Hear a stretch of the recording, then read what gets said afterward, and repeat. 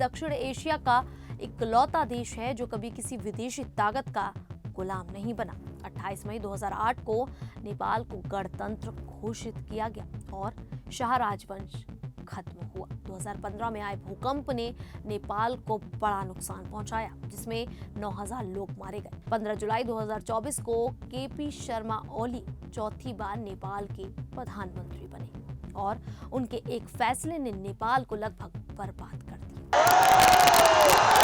2025 में नेपाल फिर अस्थिर है। सितंबर में जेनजी के नेतृत्व में बड़े प्रदर्शन हो रहे हैं, हिंसक हो गए हैं। संसद, सरकारी इमारतों और नेताओं के घरों में आग लगाई जा रही है। सेना तैनात है, कर्फ्यू लगा है। कम से कम 30 लोगों की जान जा चुकी है और सैकड़ों घायल हैं। नेपाल हिमालय की गोद में बसा एक छोटा सा देश, अपनी समृद्ध संस्कृति और इतिहास के लिए जाना जाता है। ये दक्षिण एशिया का इकलौता देश है जो कभी किसी विदेशी ताकत का गुलाम नहीं बना। भारत और चीन के बीच बसा ये देश माउंट एवरेस्ट जैसे प्राकृतिक चमत्कारों का घर है। करीब 3 करोड़ की आबादी वाला नेपाल हिंदू और बौद्ध धर्म का अनोखा संगम है। इसकी अर्थव्यवस्था रेमिटेंस, पर्यटन, कृषि और जल विद्युत पर टिकी है, लेकिन भ्रष्टाचार और राजनीतिक अस्थिरता ने इसे हमेशा कमजोर किया। आज नेपाल उसी अस्थिरता की आग में चल रहा है।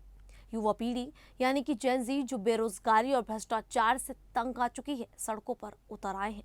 उनका गुस्सा और जोश इतना है कि सरकार को घुटनों पर ला दिया है। लेकिन ये संघर्ष देश को कहां लेकर जाएगा, ये सवाल सबके मन में है। नमस्कार, मेरा नाम है शालिनी और आप देख रहे हैं द न्यूज़ 15। नेपाल का इतिहास करीब 9,000 साल पहले शुरू हुआ। शुरुआत में द्रविडियन लोग जो दक्षिण भारत से आए नेपाल में बसे। बाद में तिब्बती वर्मी लोग हिमालय क्षेत्र में आए। इंडो आर्यन लोग भी गंगा के मैदानों से काठमांडू घाटी पहुंचे। थारू लोग जो आज तराई में रहते हैं, नेपाल के मूल निवासी माने जाते हैं। काठमांडू घाटी में लोग रहते थे। न्यूवॉर समुदाय यहाँ का मूल निवासी है। 4वीं से 8वीं सदी में लिच्छवी राजवंश ने शासन किया, जिसने कला, संस्कृति और व्यापार को बढ़ावा दिया। यहाँ बौद्ध और हिंदू धर्म साथ साथ फले फूले। लिच्छवी काल को नेपाल का स्वर्णिम युग भी कहा जाता है। लिच्छवी राजा भारत के वैशाली से आए और काठमांडू में बस गए। राजा मानदेव ने स्वर्णिम मुद्राएं चलाई और पशुपतिनाथ मंदिर का विकास किया। राजा अंशुवर्मा विद्वान थे और संस्कृत को बढ़ावा दिया। उनके समय में पैगोंडा शैली के मंदिर बने जो चीन तक फैले।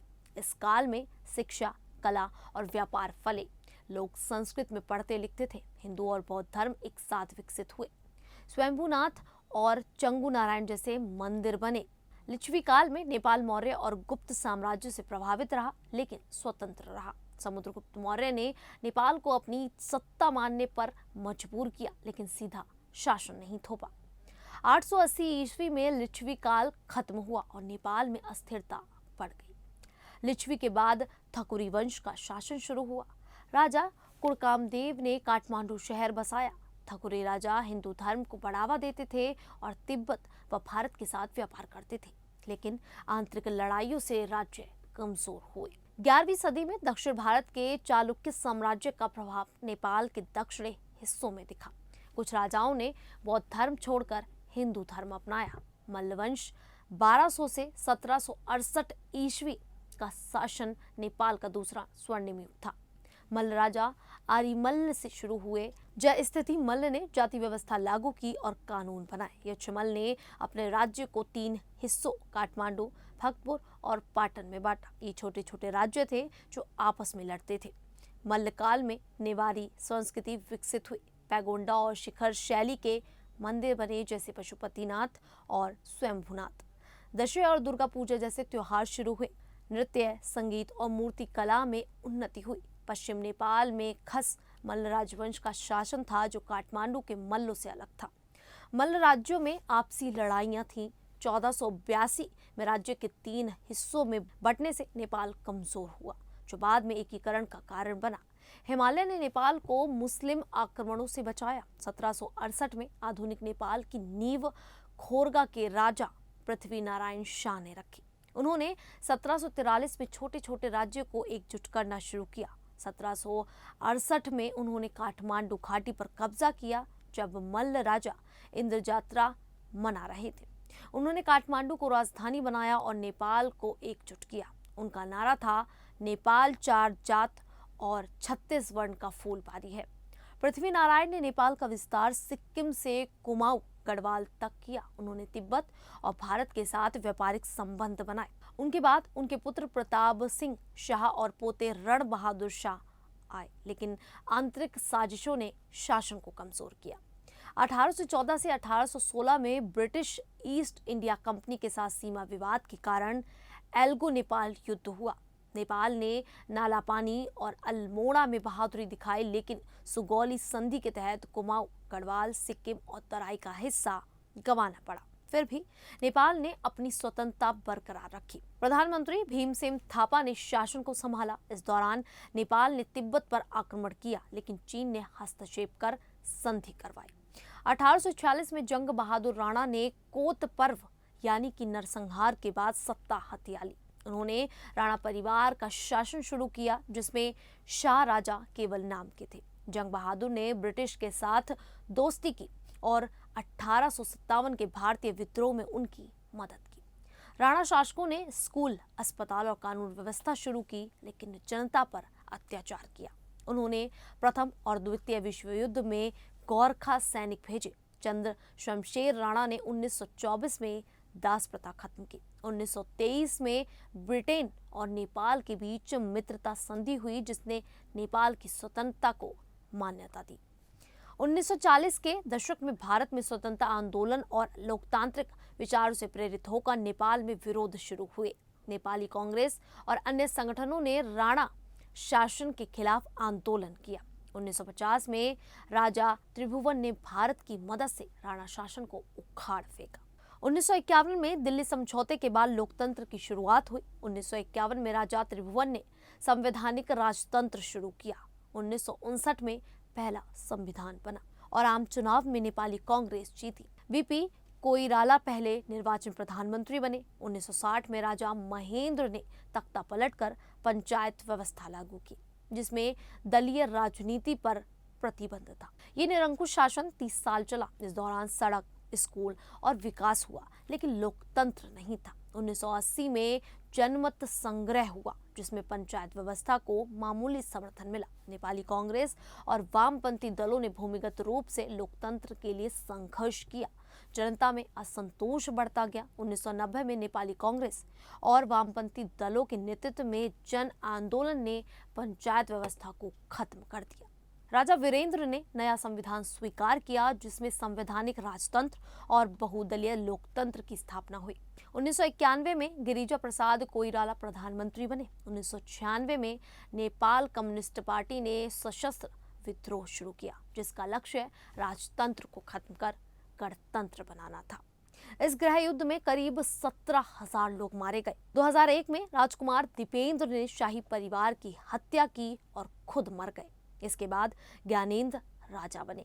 2005 में ज्ञानेंद्र ने तख्ता पलटकर सत्ता अपने हाथ में ली, जिससे लोकतंत्र खतरे में पड़ गया। 2006 में 7 दलों और माओवादियों के गठबंधन ने जन आंदोलन शुरू किया। इससे राजा ज्ञानेंद्र को सत्ता छोड़नी पड़ी। संसद बहाल हुई और माओवादियों के साथ शांति समझौता हुआ। 2008 में संविधान सभा का चुनाव हुआ, जिसमें माओवादियों को बहुमत मिला। 28 मई 2008 को नेपाल को गणतंत्र घोषित किया गया और शाह राजवंश खत्म हुआ। 2008 और 2013 में 2 संविधान सभाओं के बाद 20 सितंबर 2015 को नया संविधान लागू हुआ। नेपाल को 7 प्रांतों में बांटा गया और ये संघीय लोकतांत्रिक गणतंत्र बना। मधेसी और जनजातीय समुदायों ने संविधान के कुछ हिस्सों का विरोध किया। 2015 में आए भूकंप ने नेपाल को बड़ा नुकसान पहुंचाया, जिसमें 9,000 लोग मारे गए। 2022 में 20 नवंबर को नेपाल में आम चुनाव हुए, जो 2015 के संविधान के लागू होने के बाद दूसरा संसदीय चुनाव था। इस चुनाव में 275 संसदीय प्रतिनिधि सभा के लिए मतदान हुआ, जिसमें 165 सीटें फर्स्ट पास द पोस्ट और 110 सीटें अनुपातिक प्रतिनिधित्व के आधार पर भरी गई। मतदान में करीब 61% मतदाताओं ने हिस्सा लिया, जो 2017 के चुनाव से 10% कम था।